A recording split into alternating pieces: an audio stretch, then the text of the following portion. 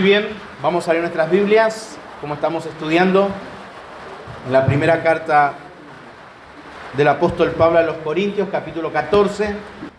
Bueno, ahí en el pasaje que estamos considerando, capítulo 14, vimos el domingo pasado fortaleciendo apasionadamente al cuerpo de Cristo. Y hemos sido desafiados por medio de la carta del apóstol Pablo a seguirle el mismo precepto para los hermanos en Corinto, para nosotros. Y hemos considerado en los versículos del 1 al 12 que el valor y el uso correcto de los dones, de los que le damos, el uso correcto y el valor que le damos a los dones espirituales en la iglesia va a determinar justamente su fortalecimiento. Si le damos el valor correcto, si hacemos uso correcto de los dones espirituales que el Señor ha dado a cada miembro, va a fortalecer a la iglesia local. Y hemos considerado dos acciones que nos ayudarán a entender el valor y el uso correcto de los dones en la iglesia local. En primer lugar, versículo del 1 al 5, hemos considerado que para poder tener ese valor y ese uso correcto, tenemos que darle la prioridad a aquellos dones que sirven y ministran con la palabra de Dios. Aquellos dones que ministran y sirven con el uso de la palabra de Dios. En este caso, Pablo hablaba del don de profecía. En segundo lugar, versículos 6 al 12, hemos visto que para que podamos entender el valor y el uso correcto de los dones en la iglesia local, tenemos que usar nuestro don de manera comprometida en fortalecer a otros. Aquel hermano, aquella hermana que descubre cuál es su don, se da cuenta qué don Dios le ha dado, lo debe usar de manera comprometida para con los hermanos. Eso va a ayudarnos a entender el valor y el uso correcto de los dones en la iglesia local. Y hoy vamos a tener un sermón extraño, 2 en 1. 2 sermones en uno. Porque no podemos dejar pasar el versículo 3 al 19 y tenemos que explicarlo, y que justamente es parte de lo que hemos visto el domingo pasado. Tiene que ver con el fortalecimiento apasionado hacia el cuerpo de Cristo. Y del versículo 13 al 19 hoy vamos a considerar esta primera parte, que una acción más que nos ayudará a entender el valor y el uso correcto de los dones en la iglesia local. ¿Y cuál es esa acción? Bueno, sirve y adora de manera altruista para que los hermanos sean fortalecidos. ¿Qué quiere decir altruista, no? Bueno, altruista es alguien que actúa con el mejor interés para con los demás y no en el interés en uno mismo. Esta es la tercera acción que nos va a ayudar a fortalecer al cuerpo de Cristo apasionadamente. Servir y adorar de manera altruista para que los hermanos sean fortalecidos. Y para poder entender esto, vamos a leer el versículo 13 al 19. Acompáñenme, por favor, con la lectura de la palabra de Dios. Dice así: por lo cual el que habla en lengua extraña, pida en oración poder interpretarla. Porque si yo oro en lengua desconocida, mi espíritu ora, pero mi entendimiento queda sin fruto.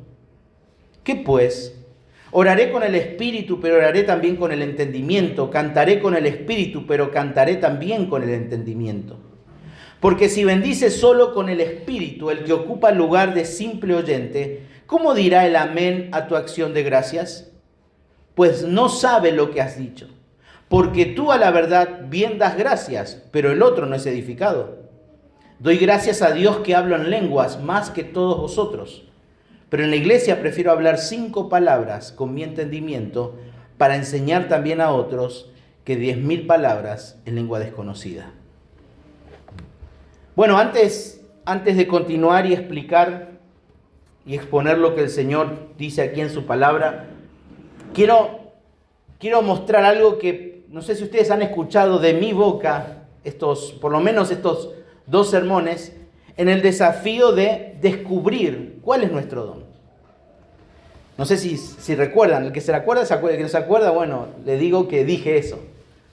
Bueno, quiero ser sincero, quiero ser transparente, quiero retractarme de eso. Quiero retractarme porque me equivoqué.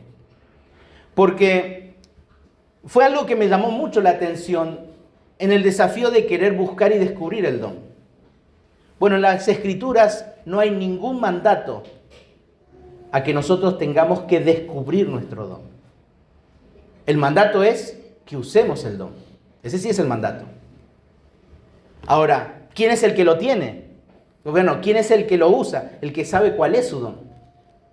Y el que no sabe, bueno, la Biblia no enseña, he buscado, no encontré ningún mandato que diga que debemos descubrir cuál es nuestro don. Pero ¿qué es entonces lo que Pablo quiere de nosotros? ¿Qué es lo que Pablo quiere enseñar aquí en las Escrituras a la iglesia de Corinto y por ende a nosotros también hoy? Porque el mandamiento también es para nosotros.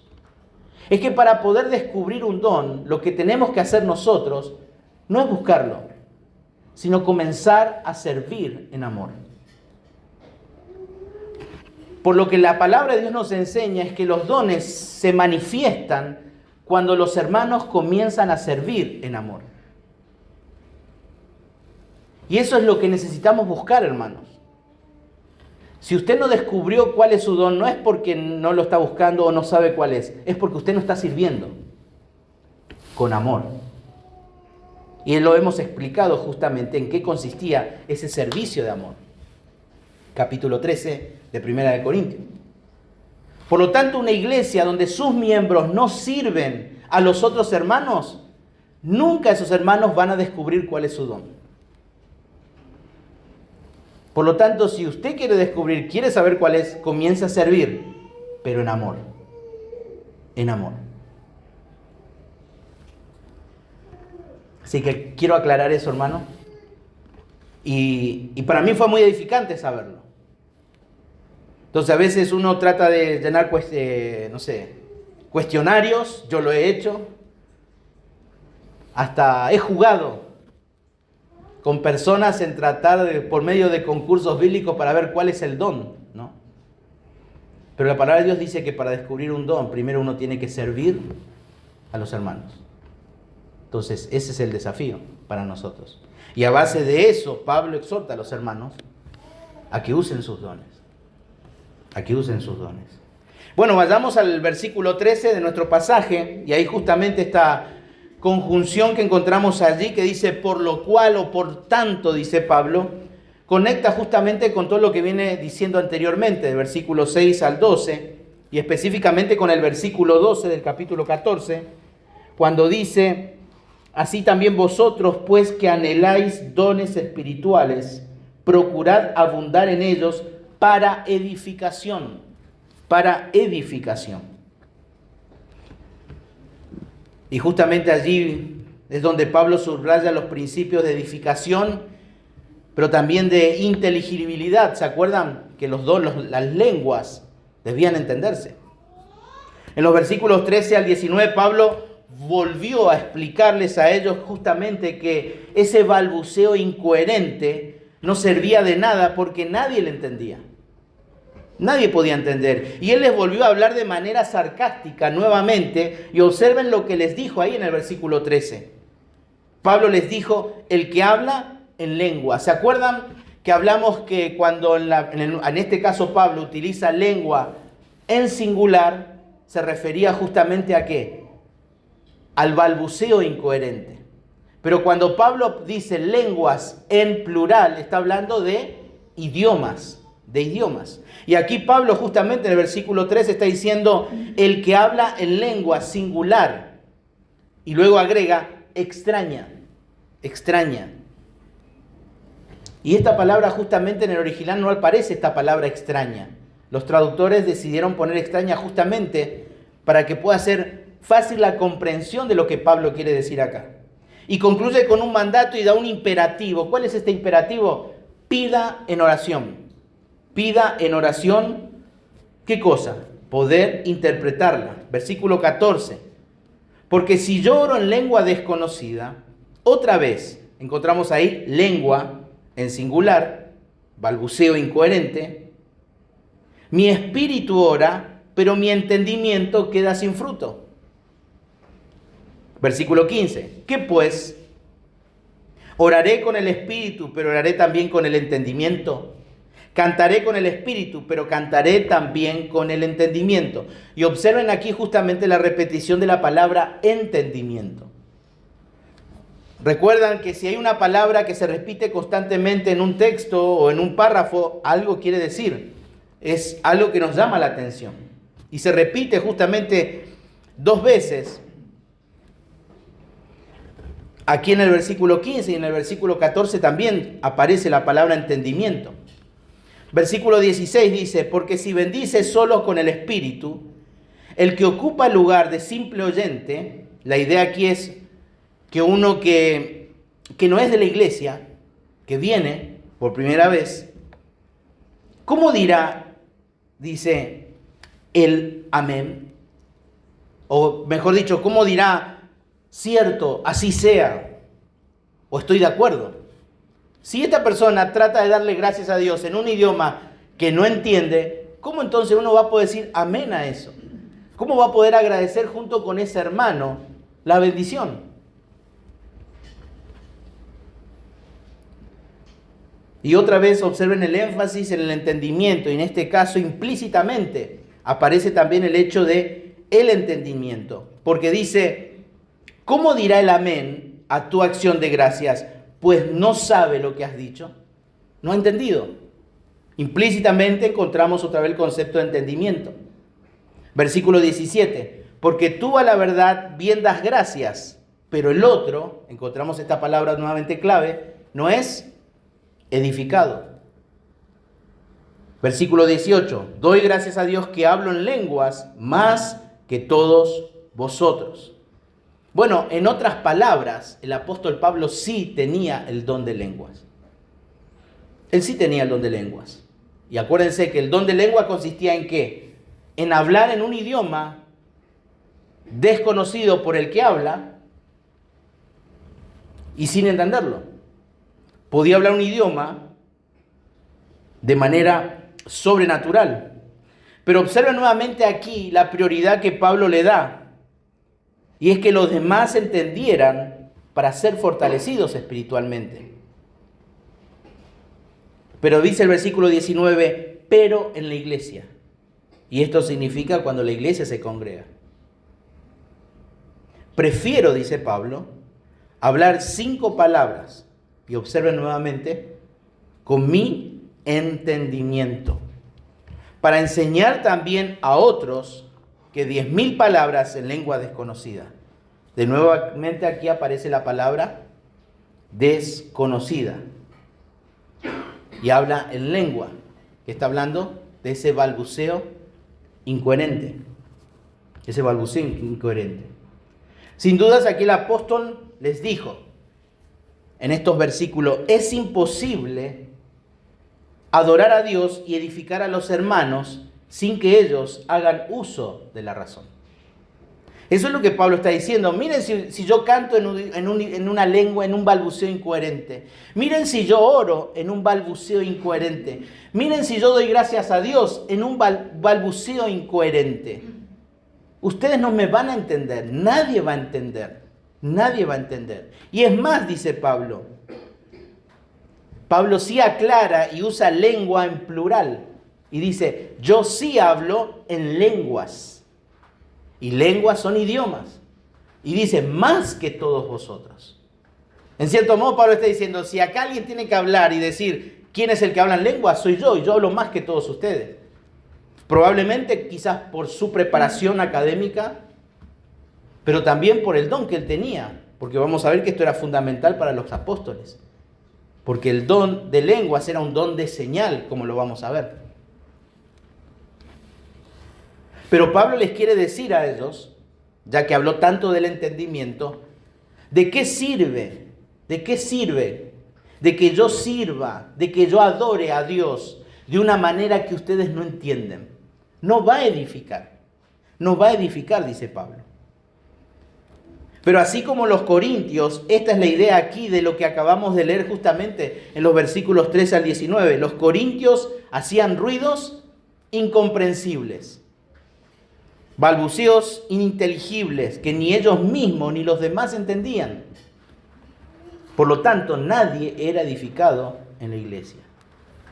Y el problema de estos hermanos era la falta de altruismo, esa falta de interés del bien de la otra persona. O mejor dicho, la actitud egoísta en la oración y en el servicio que estos hermanos tenían, estaban jugando en contra de ellos.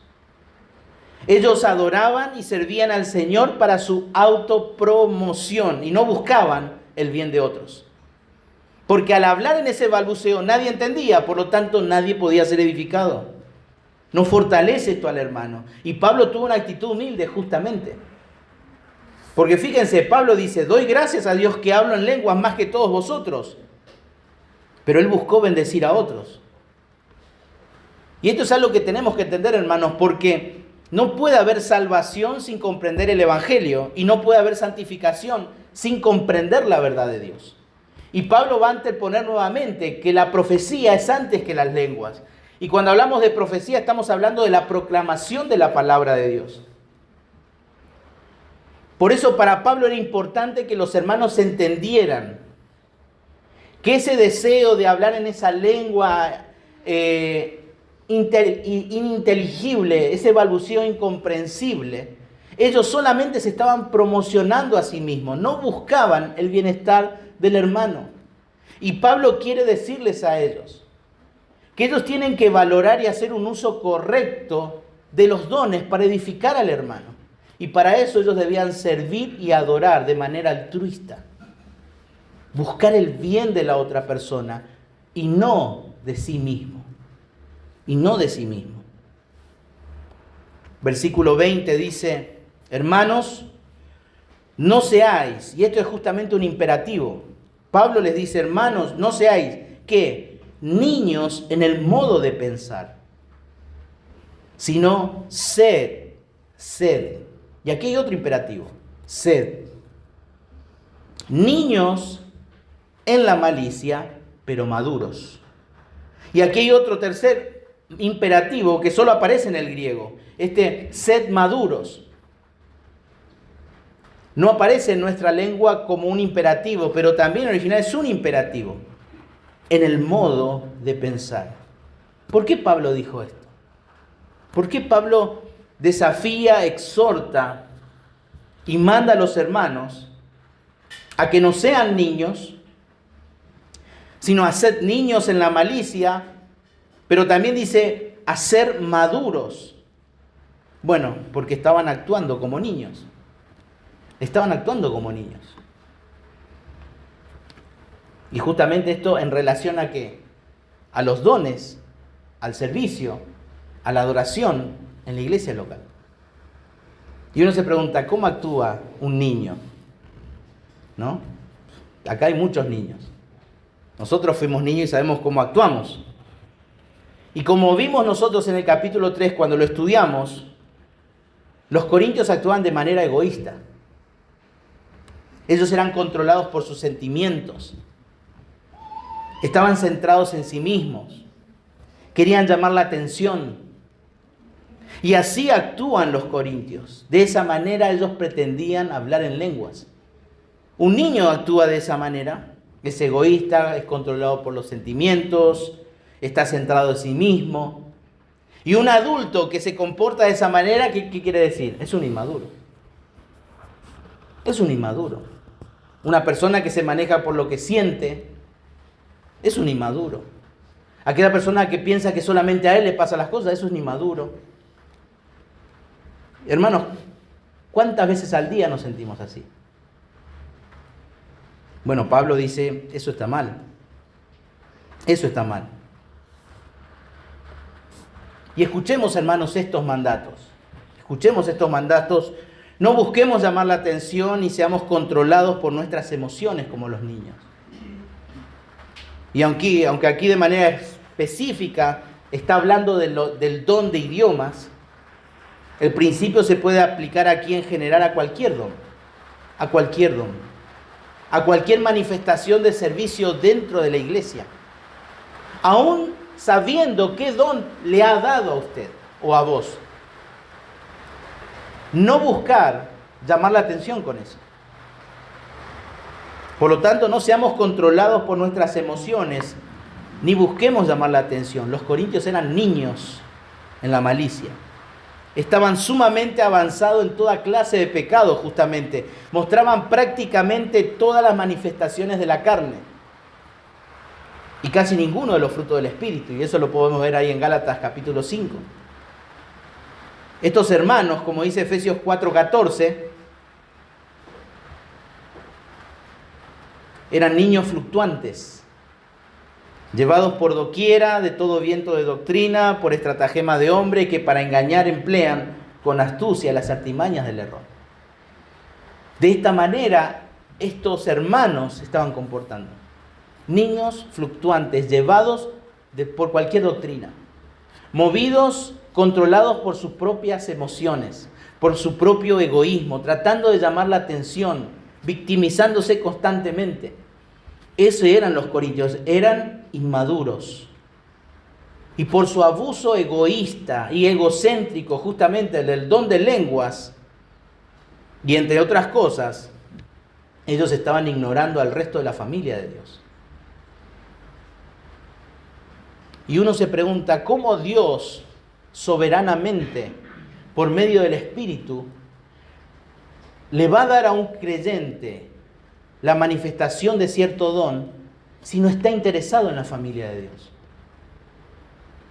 Y creo que en cierto modo eso también es gracia del Señor. Porque te está permitiendo no pecar, de no honrarle a Él. Y creo que la razón por la cual muchos no saben su don es por eso. Porque aún no han comenzado a servirle de la manera correcta, de una manera altruista. Aplicando 1 Corintios capítulo 13.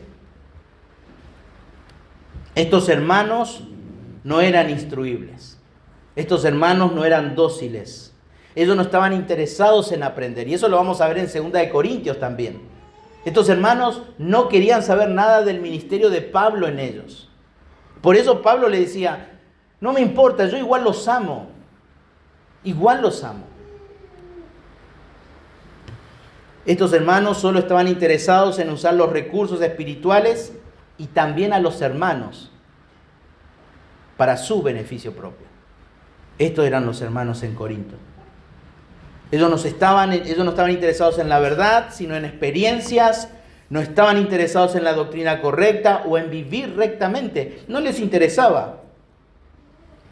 Ellos solo les interesaba lo que sentían, lo que les hacía sentir bien. No estaban interesados en agradar al Señor, ni a sus hermanos en la fe. Solamente estaban interesados en sí mismos. En sí mismos. Para ellos la experiencia siempre ganó sobre la verdad. Siempre. Siempre. Sus sentimientos, sus experiencias estaban por sobre la verdad. Sus emociones siempre ganaron sobre la razón. Y la propia voluntad de ellos ganó por encima de la voluntad de Dios. Ese era el diagnóstico de estos hermanos.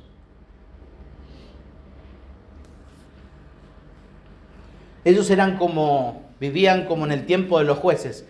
Cada uno hacía lo que bien le parecía. Por eso, hermanos, si queremos fortalecer apasionadamente al cuerpo de Cristo, necesitamos comenzar a hacer un uso correcto y a tener el valor correcto de los dones para poder edificar a la iglesia. Tenemos que darle prioridad a aquellos dones que tienen que ver con la proclamación de la palabra de Dios. Hoy día, ¿cuáles serían? El don de enseñanza, el don de exhortación, el don de evangelista. Porque tienen que ver con la proclamación de la palabra de Dios. Pero también tenemos que usar los dones. Si usted ya sabe cuál es, bueno, a comprometerse con el hermano, a que su don sea de bendición para él. Y en tercer lugar, tenemos que comenzar a servir y adorar de manera altruista. Altruista. para que el cuerpo sea fortalecido. Por supuesto que en nuestra adoración el centro es Dios y a Él adoramos, no adoramos al hermano. Pero cuando estamos sirviendo, cuando estamos cantando, nuestras canciones tienen que comunicar la verdad de Dios, tenemos que ser edificados. Si yo estoy cantando y canto nomás por cantar, abrir la boca por abrir, eso no es alabar, eso no es adorar con el entendimiento. Por eso tratamos de ser bastante celosos en que las canciones tengan un contenido para que nosotros seamos ministrados. Para eso. No son canciones repetitivas que no llenan, muy superficiales.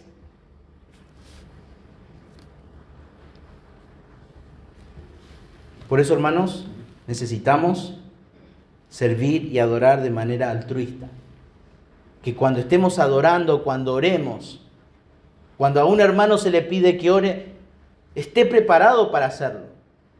Porque no solamente va a interceder, no solamente en nombre de nosotros va a ir al trono de la gracia, sino que esa oración tiene que ser de bendición aún para nosotros.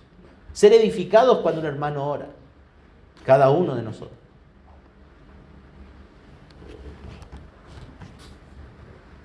Y Pablo en el versículo 21 al 25, podemos decir que Pablo ya va a cerrar el tema de las lenguas. Pablo va a cerrar esta idea y esta pregunta que los hermanos le hicieron a Pablo con respecto al don de lenguas.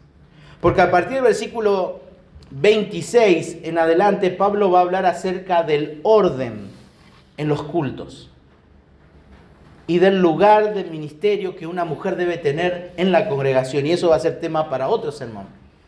Pero ahora vamos a considerar el versículo 21 al 25.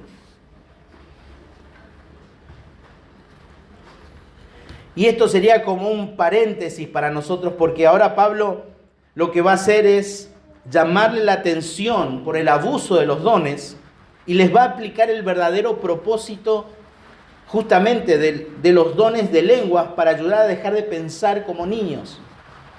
Dejen de actuar de esta manera y entiendan para qué eran el don de lenguas. Y eso es lo que va a explicar Pablo aquí. Dice versículo 21 al 25. En la ley está escrito: en otras lenguas y con otros labios hablaré a este pueblo. Ni aun así me oirán, dice el Señor. Así que las lenguas son por señal, no a los creyentes, sino a los incrédulos. Pero la profecía, no a los incrédulos, sino a los creyentes. Si pues toda la iglesia se reúne en un solo lugar y todos hablan en lenguas, entran indoctos o incrédulos, ¿no dirán que estáis locos? Pero si todos profetizan y entra algún incrédulo o indocto, por todos es convencido, por todos es juzgado. Lo oculto de su corazón se hace manifiesto, y así, postrándose sobre el rostro, adorará a Dios, declarando que verdaderamente Dios está entre vosotros. En estos versículos del 21 al 25, Pablo allí les enseña que estos hermanos debían entender que el don de lengua confundía y condenaba. Confundía y condenaba. Pero el don de profecía transforma la vida del incrédulo que cree y del creyente que obedece. Con estos versículos es esto lo que Pablo quería transmitirle a estos hermanos. El don de lengua confunde y condena. Pero el don de profecía transforma la vida del incrédulo que cree y la vida del creyente que obedece. Y para esto Pablo, para explicarle todo esto, usa de manera libre, podríamos decir, Isaías capítulo 28. Y vamos a abrir nuestras Biblias en Isaías capítulo 28, mientras tanto. Pablo hace uso justamente de una traducción libre de este pasaje de Isaías.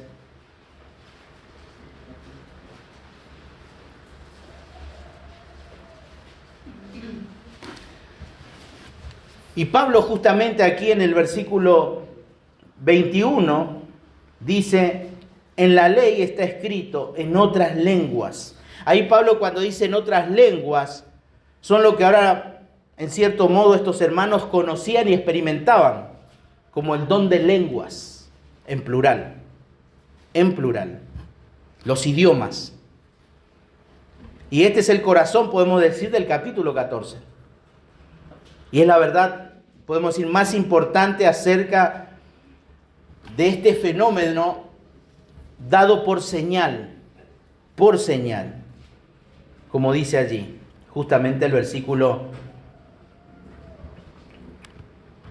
22. Así que las lenguas en plural, idiomas, son por señal, es una señal.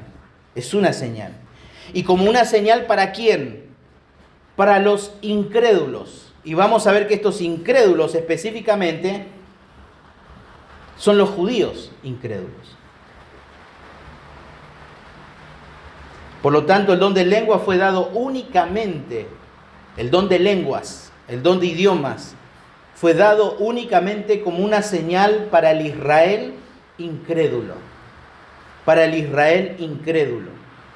Y vamos a ver aquí rápidamente en estos versículos el triple propósito del don de lenguas. El triple propósito del don de lenguas. El primer propósito es una señal de maldición. Una señal de maldición.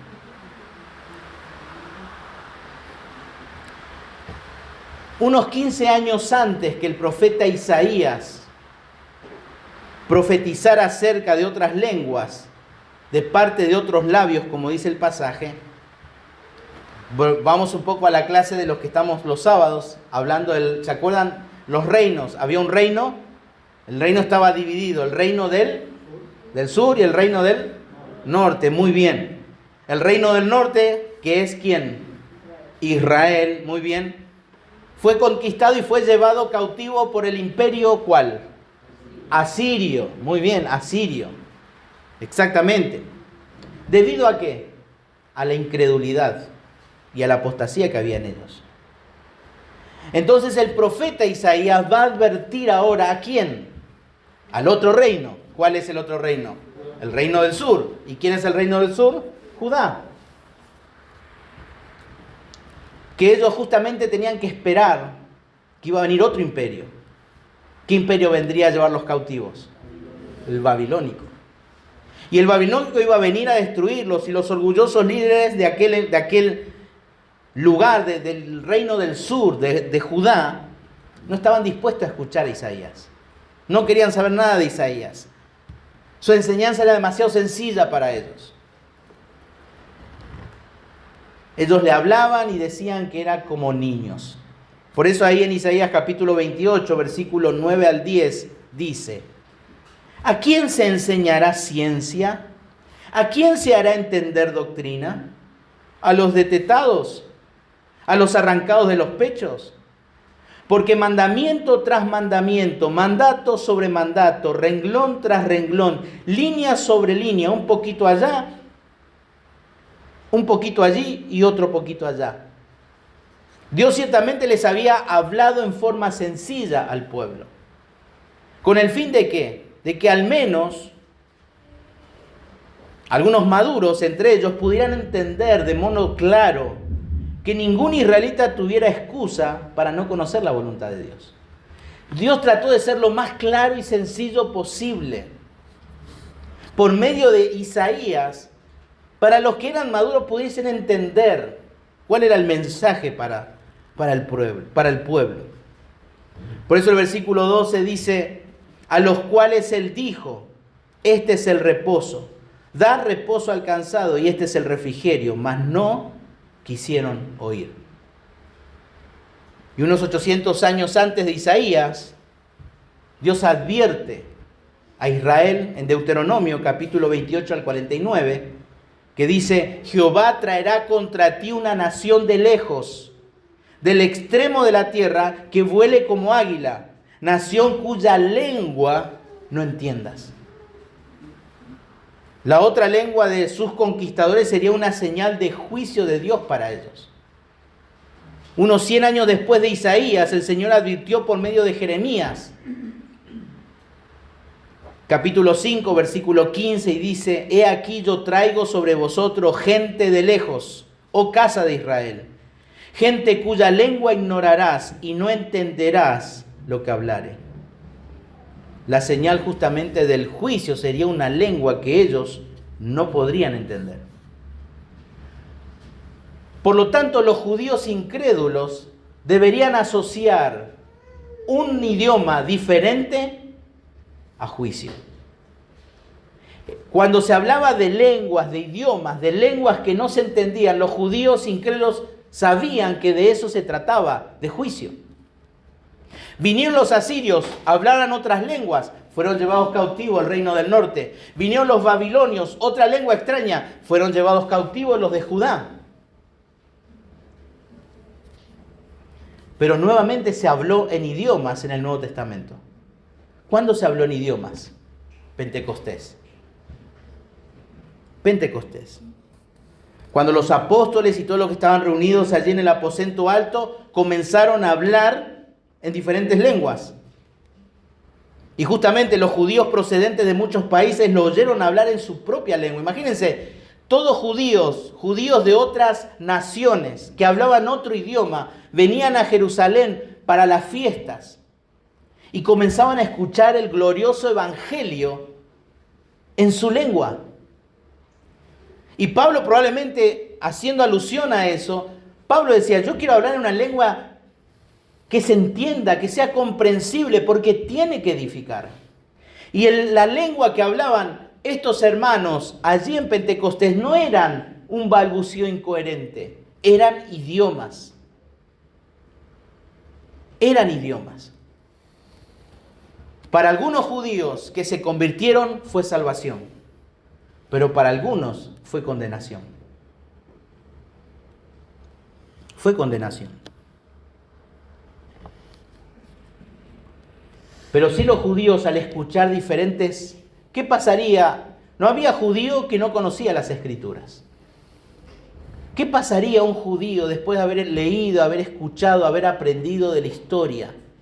De que Dios dijo, vendrá un pueblo, vendrá una lengua diferente y habrá juicio. Imagínense lo que pudo haber pasado en ese momento a los judíos en Pentecostés. Comenzar a escuchar hablar en diferentes idiomas que desconocían. ¿Qué es lo que iba a venir a la mente de ellos? Juicio. ¿Hubo juicio? Sí hubo juicio. En el año 70, el emperador Tito destruyó Jerusalén. Más de 1 millón de judíos muertos y centenares llevados cautivos.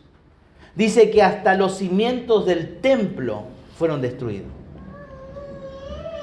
Nuevamente, las lenguas cumplió su propósito. Señal de juicio. Señal de juicio.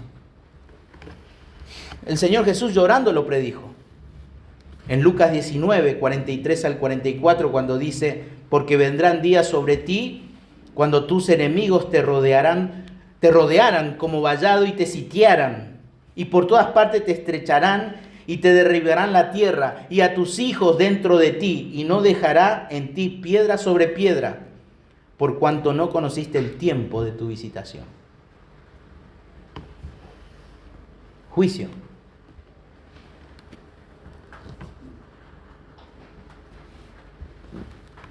Después de la destrucción de Jerusalén y especialmente del templo, ya dejó de existir las lenguas. El juicio del cual era una señal ya había llegado a su fin. Y luego de la manifestación de las lenguas en Pentecostés, Pedro, por implicación, les recordó a sus oyentes aquel juicio. Sepa pues ciertísimamente toda la casa de Israel que a este Jesús, a quien vosotros crucificasteis, Dios le ha hecho Señor y Cristo. Y ahí estaba el juicio. Ese era el crimen, ese era el pecado del pueblo de Israel. Y Dios debía mostrarle juicio. Y Dios les avisó. ¿Cómo les avisó? Con el don de lenguas. ¿Se acuerdan que gritaba el pueblo cuando estaban ante Pilato? Que la sangre de Jesús sea ¿sobre quién? Sobre nosotros y sobre nuestros hijos. pagaron la responsabilidad de sus palabras, ¿no?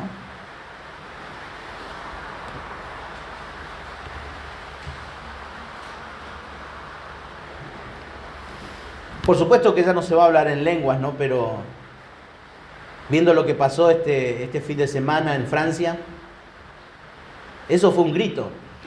Eso fue un grito. La sangre de Cristo sea sobre nosotros y sobre nuestros hijos. Es un clamor por juicio lo que están haciendo esta gente. Pero no solamente tiene un propósito de maldición, de una señal de maldición, también una señal de bendición. También una señal de bendición. La segunda señal era un beneficio, podemos decir, resultado de ese primero. El don de lenguas era una señal de que Dios ya no volvería a trabajar por medio de una nación, ni favorecería a un pueblo. Ahora, la iglesia de Cristo Jesús era para todos los pueblos, para todas las naciones, una iglesia en la que hay muchas lenguas, pero no barreras. Por eso en Gálatas 3:28 dice, ya no hay judío ni griego, no hay esclavo ni libre, no hay varón ni mujer, porque todos vosotros sois uno en Cristo Jesús. Pablo escribió a los romanos justamente con gran pasión, tristeza, por sus compatriotas judíos. En Romanos capítulo 11, versículo 11 al 12, y él les dice, por su transgresión de los judíos, vino la salvación a los gentiles para provocarles a celos. Pero continúa con una nota de gran esperanza y dice, y si su transgresión es la riqueza del mundo y su defección, su fracaso, la riqueza de los gentiles, ¿cuánto más su plena restauración?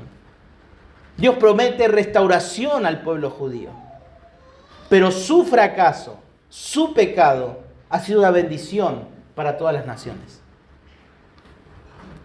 Y unos pocos versículos más adelante explica de forma más completa en el versículo 15, porque no quiero, hermanos, que ignoréis este misterio, para que no seáis arrogantes en cuanto a vosotros mismos, que ha acontecido a Israel endurecimiento en parte, hasta que haya entrado la plenitud de los gentiles, y luego todo Israel será salvo, como está escrito.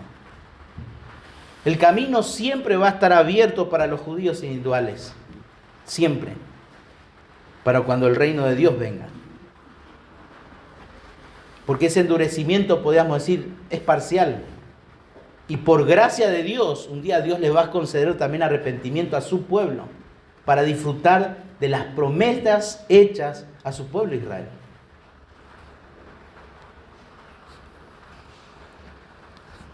La señal de lengua justamente se repartió a los gentiles. Vean un ejemplo. Hechos capítulo 10. Hechos capítulo 10.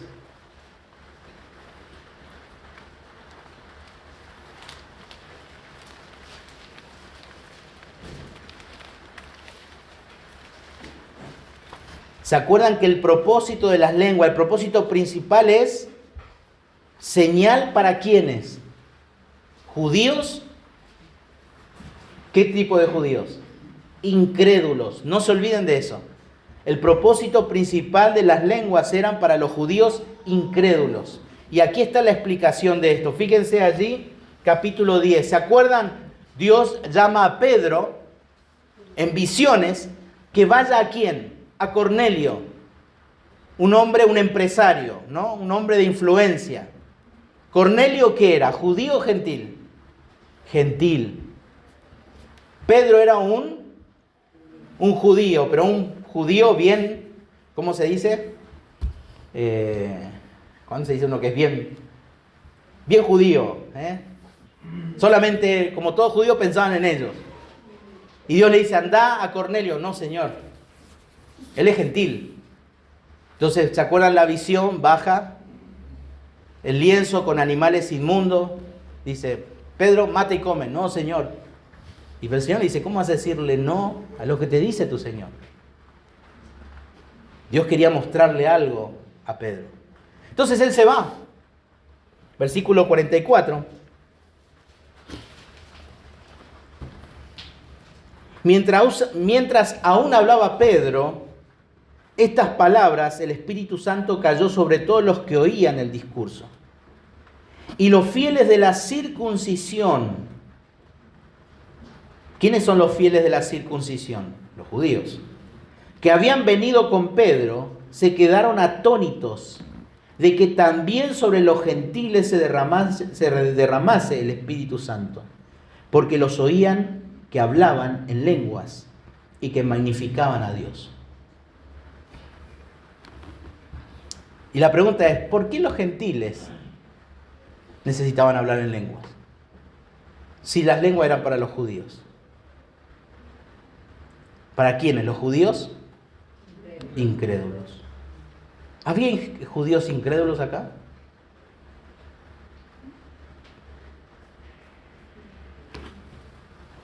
¿Qué piensan? ¿Había judíos incrédulos? Y Pedro mismo. Exactamente. Pedro era el incrédulo.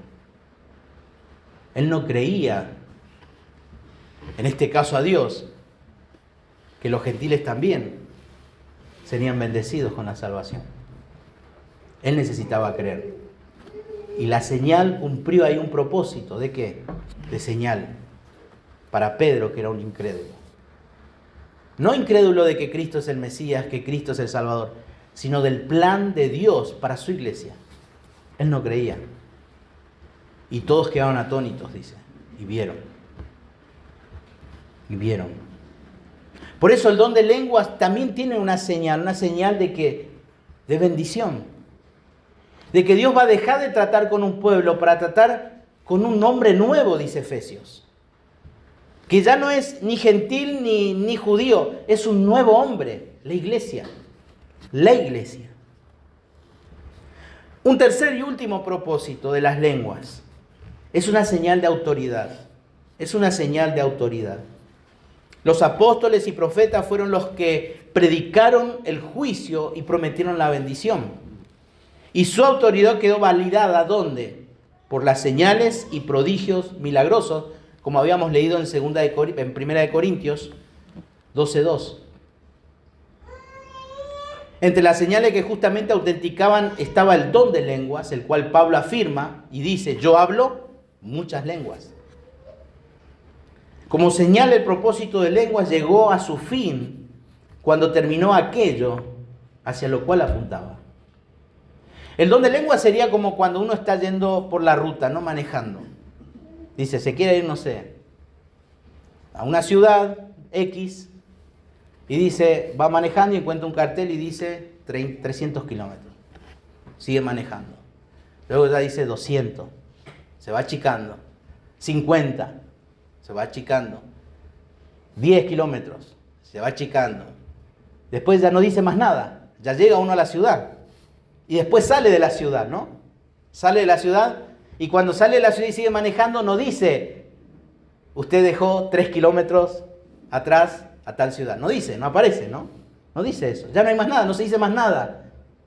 Porque esos carteles ya anunciaron su objetivo, ya llegaste a esa ciudad. Una vez que saliste de la ciudad ya no te dice más nada, estás a tanto de esta ciudad que dejaste. No, ya llegaste al punto. Y el don de lengua es de esa manera. Ya cumplió un propósito, ya llegó a su momento. Y ese momento fue la destrucción en el año 70. Después ya no hay más nada y desapareció. No es necesario. No es necesario este don. El don de lenguas estaba sujeto irremediablemente a un momento en la historia y ese momento ya hace mucho que fue pasado. El año 70 en la destrucción de Jerusalén. Y es interesante, y creo que es muy significativo, que no tenemos constancia bíblica, ni una sola palabra hablada en lenguas y aún interpretada dentro de las Escrituras. Todas las referencias a las lenguas son generales y aparecen siempre mencionadas en relación con su propósito y significado. Nunca están relacionados con su contenido específico, nunca de lo que se dijo.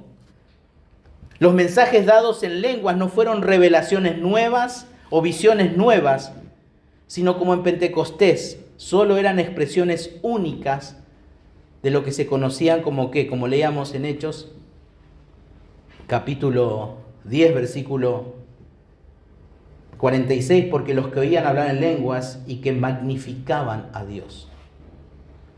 Digamos, al hablar en lenguas, en un idioma diferente, ellos magnificaban a Dios. Hablaban de la gloria de Dios. Y en Hechos capítulo 2, versículo 11 dice, hablaban de las maravillas de Dios. Dios era ese mensaje. Y sin lugar a dudas, era el glorioso mensaje de las Escrituras, del Evangelio. Y aunque las lenguas podían edificar cuando se las interpretaba, su propósito no era enseñar. El propósito de la lengua no era enseñar, sino señalar, apuntar a algo. No revelar la verdad de Dios, sino validar la verdad del portavoz enviado. Por lo tanto, después de la destrucción del año 70 ya no tenía razón de ser el don de señal de lenguas. Israel había sido dejado a un lado y los gentiles habían entrado ahora al reino y los apóstoles habían entregado la fe que había sido dada una vez a los santos. Pero la profecía, sigue diciendo Pablo, no a los incrédulos, sino a los creyentes, dice. Ahí en 1 Corintios 14, nuestro pasaje. Y algunas traducciones dice, no es señal a los incrédulos. Es como decir, pero la profecía no es señal para los incrédulos. Pero los traductores decidieron poner esa palabra. Pero no encontramos en ningún otro lugar que se hable de la profecía como una señal. En ningún lado. Y ese no es el significado que Pablo quiere darle aquí. Él nos está diciendo justamente que la profecía sea una señal para los creyentes como las lenguas era una señal para los incrédulos. La profecía es dada para los creyentes y no es dada una señal que apunta a alguna otra cosa, sino que el objetivo de la profecía es la edificación. La edificación. Un comentarista decía, cuando Dios habla de manera comprensible, es para revelar. Pero cuando Dios habla de manera incomprensible, es para juzgar. ¿Se acuerdan las parábolas? Que tenía un objetivo. Para algunos, bendecir, pero para otros, condenar. Era juicio. Y la limitada función del don genuino de lenguas lo podemos ver en el hecho de que incluso en el tiempo que le correspondía en la historia, podía hacer mal uso y terminar por ser un estorbo para la adoración. Si estos hermanos continuaban haciendo ese balbuceo incoherente, un uso incorrecto del don, estaban estorbando la adoración, pero también la edificación y la proclamación del Evangelio. Si todos con ese don hablan a la vez, y aquí nuevamente Pablo está hablando en tono, ¿se acuerdan? En hipérbole, un exagerado, como decía, si todos hablasen en lenguas, y después decir si todos profetizasen, es imposible porque Dios no le da a todos el mismo don. Pablo está hablando de un caso hipotético y está exagerando. Pero él dice, entra indoctos o incrédulos, ¿no dirán que estáis locos? ¿Qué le pasa a esta gente? Interesante la palabra indoctos, es en nuestro idioma castellano idiota. Un incrédulo gentil hubiera perdido pronto el interés justamente en esa reunión. Imagínense, entra un inconverso, entra un incrédulo y lo ven todos hablando en balbuceo. Va a salir corriendo de acá. Y bueno, eso es lo que Pablo está diciendo.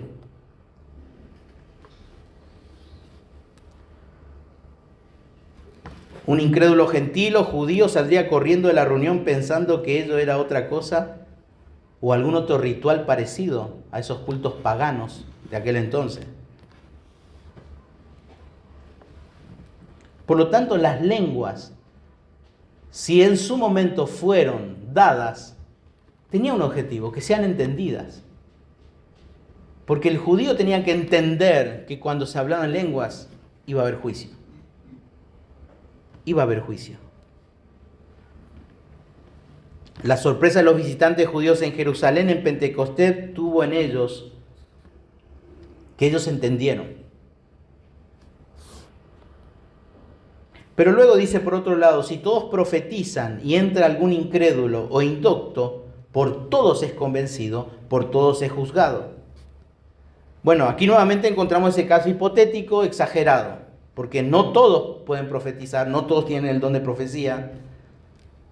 Pero si entra un incrédulo, un indocto, alguien nuevo, alguien que no es de la iglesia, dice por todos es convencido, por todos es juzgado.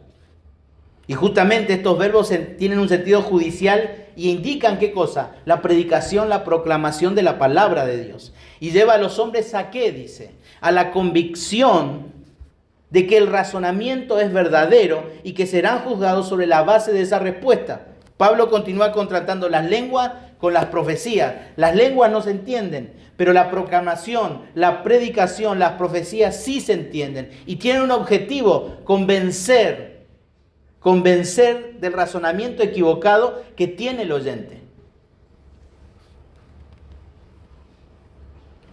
Y se usa aquí profecía justamente en un sentido más general de comunicar la palabra de Dios. Cuando se proclama la palabra de Dios, ¿habla a quién? Al corazón del hombre, porque la palabra de Dios es como espada de doble filo que penetra hasta partir el alma, hasta los tuétanos, hasta la parte más profunda de nuestro ser, y discierne nuestros pensamientos.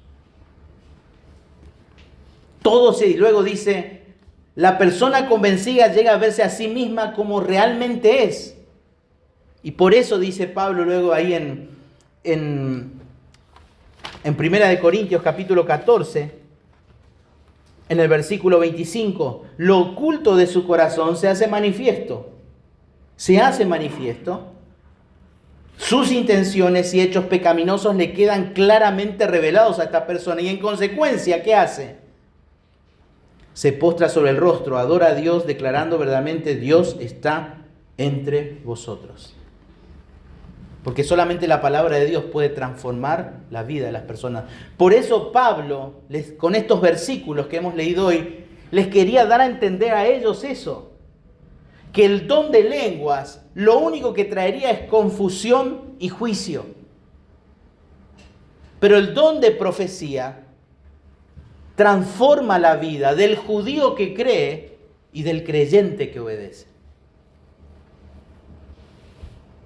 Por eso dice, cuando la palabra de Dios penetra lo más profundo, quita, nos revela, nos muestra cuán equivocados estamos. Te demuestra quién es el Señor y que no soy yo el Señor, sino que Él es el Señor. Y el más poderoso testimonio de la iglesia no está justamente en el éxtasis, en las actividades y en cómo crece la iglesia. ¿En qué está? Sino está en la proclamación clara de la palabra de Dios. En eso está el poder de un verdadero testimonio en una iglesia local. Cuando en la iglesia se proclama fielmente y claramente las Escrituras.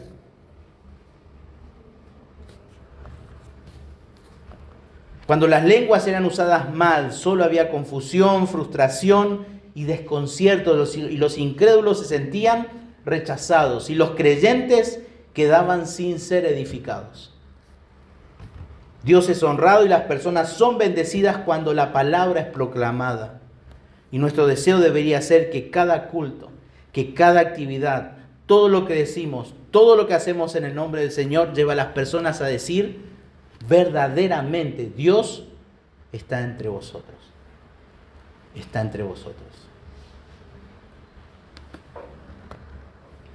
Y aquí hay un gran ejemplo del poder del Espíritu de Dios usando su palabra.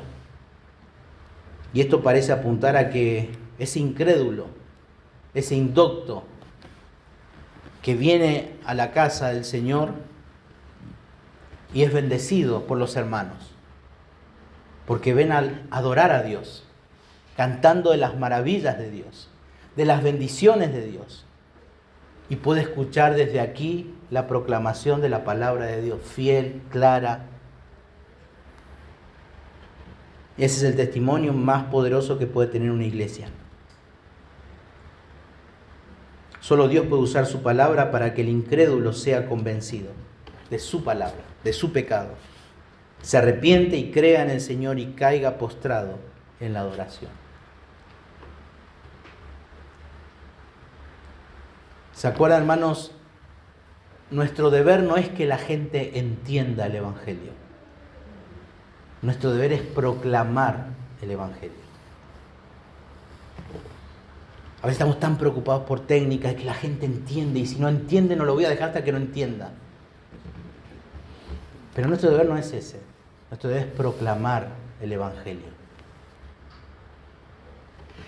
Que somos pecadores, que estamos muertos en nuestros delitos y pecados. Que no hay nada bueno, aunque crea que hay, no hay nada bueno en mí, nada. Constantemente estoy haciendo lo malo, y si quiero hacer algo bueno, lo hago con la intención de autopromocionarme. O hago algo el bien a alguien para que ese alguien esté bien conmigo.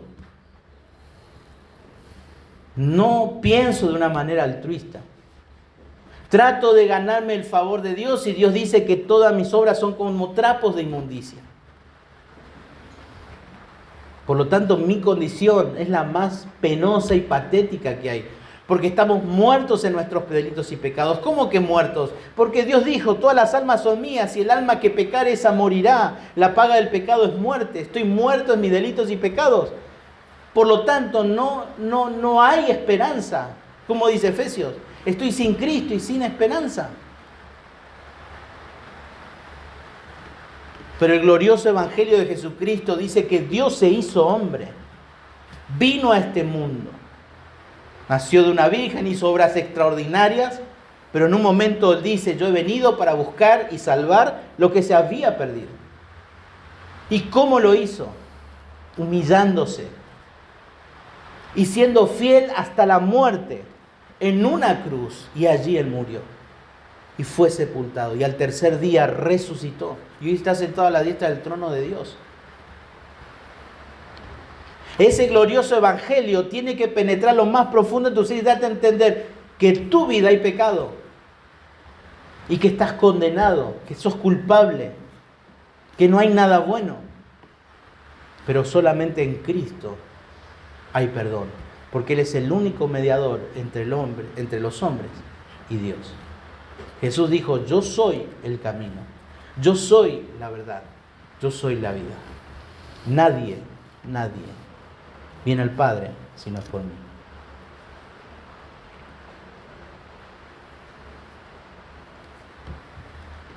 Hermanos, para nosotros debemos dejar de actuar como niños. Debemos dejar de actuar como los corintios. No podemos seguir buscando sentirnos mejor. Eso es lo que siempre pensamos, sentirnos mejor. ¿Por qué la gente busca otras iglesias? Porque se quiere sentir mejor.